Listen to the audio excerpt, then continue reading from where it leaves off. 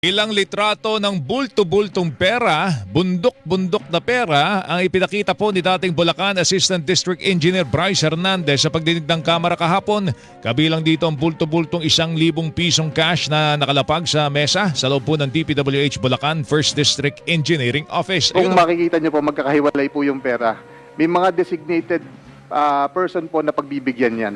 Kagaya nga po ng sabi ko, is ang politiko po, politiko or yung proponent po, si Boss Henry lang po ang kausap.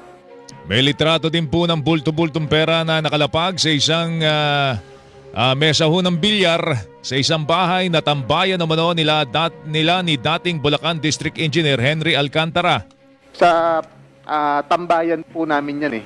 So yan po dyan po pine-prepare yung mga pera for delivery with regard sa mga proponent na kausap ni Boss Henry Alcantara.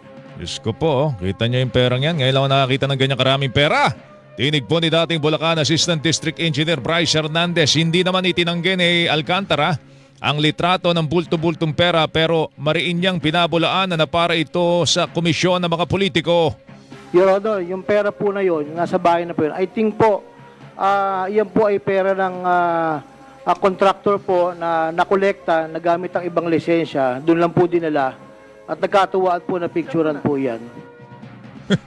Tinig po ni dating Bulacan District Engineer Henry Alcantara.